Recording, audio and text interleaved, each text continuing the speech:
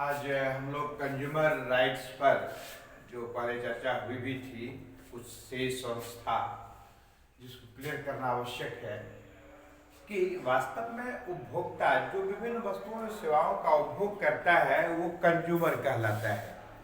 तो कंज्यूमर का कदम कदम पर शोषण होता है, सेलर्स के द्वारा सामान्यतया या फिर एम्प्लॉयर के द्वारा या फिर अन्य तमाम ऐसे जो भी संबंधित जन हैं कहीं न कहीं शोषण करते हैं। 1960 के दशक में जन सामान्य को लगने लगा कि हमारा कहीं न कहीं शोषण हो रहा है, अतिरिक्त हमसे रुपये लिए जा रहे हैं, मजदूरी कम दिए जा रहे हैं, काम ज्यादा लिए जा रहे हैं।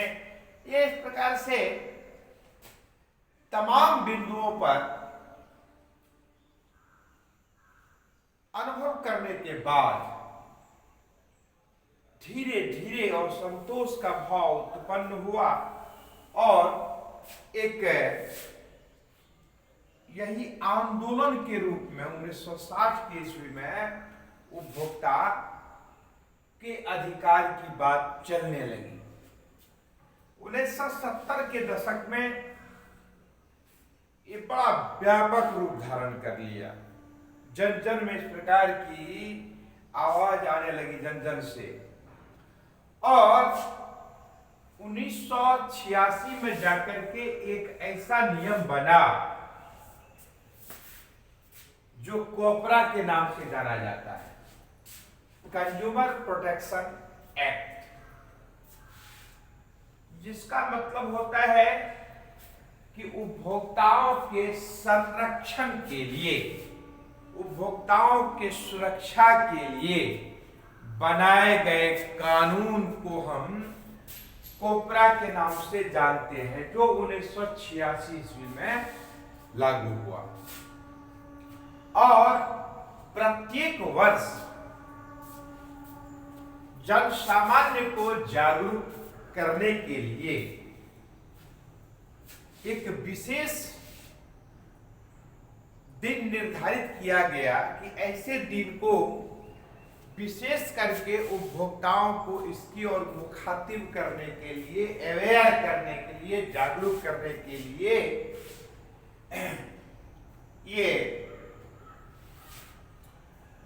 24 दिसंबर को राष्ट्रीय उपभोक्ता दिवस के रूप में हम लोग मनाना शुरू कर दिए, ताकि यानी all those people who are not aware for the purpose of to aware every people of this country,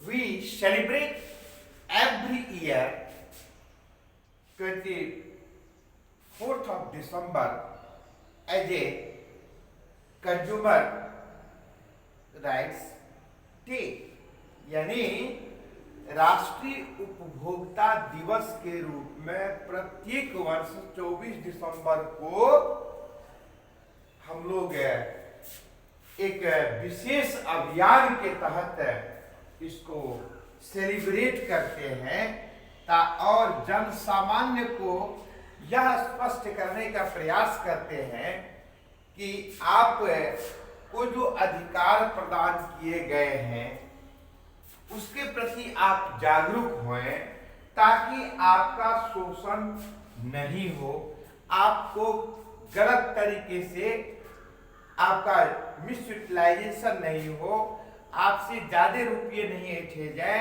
आपसे ज्यादा काम न करा करके नहीं कराया जाए, आपको काम ज्यादा करा करके वेजेज कम न दिया जाए। ये तमाम ऐसी बातें हैं, हजारों लाखों प्रकार के ऐसे गुण सामग्री है जिसकी आवश्यकता जन सामान्य को होती है, और उस पर कितने रुपये हमको खर्च करना है, कितना और किस प्रकार का वस्तु है, उम्दा क्वालिटी का वस्तु है जिसको हम उपयोग में ला रहे हैं कि घटिया किसी का है। ऐसा तो नहीं है कि हम 1 नंबर की का कीमत हम दे रहे हैं, यानी अधिक कीमत दे रहे हैं, और हमको 2 नंबर का या घाटिया किस्म का सामान हमको उपलब्ध हो रहा है, या हमसे ज्यादा पैसे लिए जा रहे हैं, या वस्तु हमको कम दिए जा रहे हैं, या मिलावट करके दिए जा रहे हैं, इन तमाम बातों के लिए जो उपभोक्ताओं का शोषण होता है, इन तमाम माध्यमों से कैसे उपभोक्ताओं को बचाया जाए, इसके लिए हर संभव प्रयास हो रहा है। तो यही कारण है कि 24 दिसंबर को प्रत्येक वर्ष हम लोग राष्ट्रीय उपभोक्ता दिवस के रूप में मनाते रहे हैं। और जब दुनिया की बात करें तो दुनिया संपूर्ण विश्व में ये 15 मार्च को उपभोक्ता दिवस के रूप में मनाया जाता रहा है। और सबसे पहली बात है कि हम लोग, यानी कि भारतवर्ष में ही नहीं, दुनिया में जितने भी लोग हैं सभी किसी न किसी रूप में उपभोक्ता है। तो हम ऐसे लोगों को जो विभिन्न वस्तुओं सामग्रियों की उनके दैनिक व्यवहार में उपयोग में आने वाली सामग्रियां हैं, जिसको हम खरीदते हैं, उसको यूटिलाइज करते हैं, तो वास्तव में वो सभी की सभी वस्तुएं हम स्वयं के स्तर पर निर्मित नहीं करते हैं, ये इम्पॉसिबल है। आप कपड़े खरीदते हैं, कपड़े पहनते हैं, क्या कपड़ा स्वयं से बनाते हैं? जूते पहनते हैं, क्या जूते स्वयं से बनाते हैं? किताब, कॉपी, कलम आदि का उपयोग करते हैं, क्या सही स्वयं के स्तर पर बनाते हैं? गाड़ी पर का उपयोग करते हैं, क्या आप स्वयं के स्तर पर बनाते हैं? ये असंभव है। भोजन करते हैं, क्या सभी सामग्रियों को आप स्वयं के स्तर पर उत्पादित करते हैं? असंभव है, असंभव, बिल्कुल असंभव है। इसलिए एक दूसरे को विभिन्न वस्तुओं और सेवाओं पर निर्भर रहना पड़ता है। यही कारण है कि हमें विभिन्न वस्तुओं का अदला बदली, पहले बार्टर सिस्टम चलता था, फिर बाद में अधिक से अधिक विकास होने के क्रम में जो विभिन्न प्रकार की समस्याएं थी, परेशानी आ रही थी बार्टर सिस्टम में, वो अब दूर हो गया और विनिमय का माध्यम बन गया मनी, रुपया। तो उसका जो हम लोग उपयोग करते हैं, तो उन विभिन्न वस्तुओं सेवाओं का विभिन्न लोगों के द्वारा उत्पादन होता है, विभिन्न लोगों के द्वारा उसकी आपूर्ति किए जाते हैं। तो इस तरह से इसको हम प्राप्त करने के लिए जो रुपये त्याग करते हैं, तो वास्तव में क्या वह उचित लेता है हमसे या अनुचित होता है? एक होता है नॉर्मल प्रॉफिट लेकर के, यानी जो उस पर कॉस्ट आया है तो उसमें नॉर्मल प्रॉफिट भी उसमें समाहित रहता है, उस पर वस्तु को उपलब्ध कराना। एक होता है एबनॉर्मल प्रॉफिट है। उदाहरण के लिए कि यदि किसी वस्तु की कीमत, लागत खर्च कुल मिला के 50 रुपया आया है, तो ये 50 रुपया में एक सर्टेन परसेंट उसका प्रॉफिट भी इंडिकेट रहता है, उसमें समाहित रहता है। अब 50 के बदले वो 100 रुपये में जब वस्तु बेचता है या हम उसे खरीदते हैं, ये एबनॉर्मल प्रॉफिट हो जाता है। ये एबनॉर्मल प्रॉफिट यदि ले रहा है प्रोड्यूसर या एबनॉर्मल प्रॉफिट ले रहा है बायर, सेलर्स, इसका मतलब है कि जो खरीदने वाले हैं, जो इसको उपयोग में लाने वाले हैं, निश्चित रूप से उसका क्या कर रहा है? शोषण कर रहा है।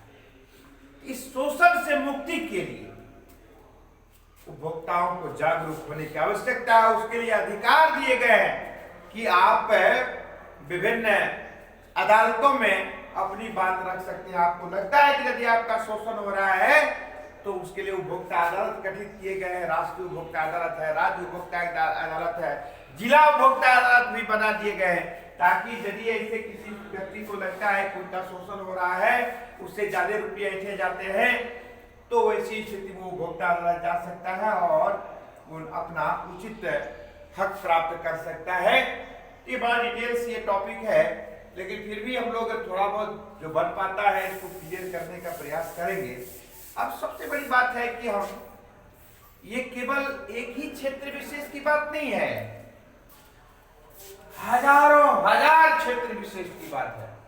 हजारों रूप में कहीं न कहीं शोषण शोषण होता है, इससे मुक्ति के लिए ये आवश्यक है। फिर मान लीजिए कि अब सर्विस में जा रहे हैं, अप्लाई कर रहे हैं, एजुकेशनल संस्थान में है, फी वगैरह जमा करना है, कैसे लेना है, कैसे पेड करना है, कितना वो अतिरिक्त है या गलत तरीके से लिया जा रहा है, डॉक्टर के यहाँ गए हैं, वो इलाज के क्रम में वो कितना रुपये हटते हैं, क्या वास्तव में सही हमारा उपचार हो रहा है कि नहीं, ज्यादा से ज्यादा रुपये तो नहीं हमसे हटे जा रहे हैं। तो तमाम ऐसी बातें हैं जिस पर हम उपभोक्ताओं को जागरूक होने की आवश्यकता है। इसके लिए उपभोक्ताओं के संरक्षण के लिए, उपभोक्ताओं के संवर्धन के लिए जो अधिकार प्रदान किए गए हैं वे उपभोक्ता अधिकार के रूप में जाने जाते हैं। इसके अंतर्गत उपभोक्ताओं के एक नियम बना है जिसके कोपरा के बारे में हमने बात की है। अगले दिन हम लोग चर्चा करेंगे कि कुछ उदाहरण लेकर के हम स्पष्ट करने का प्रयास करेंगे और अधिक स्पष्ट करने का प्रयास करेंगे कि उपभोक्ता संरक्षण क्यों आवश्यक है और कैसे कैसे उपभोक्ताओं का शोषण किया जाता है। तो आज की कक्षा में इतना ही, धन्यवाद।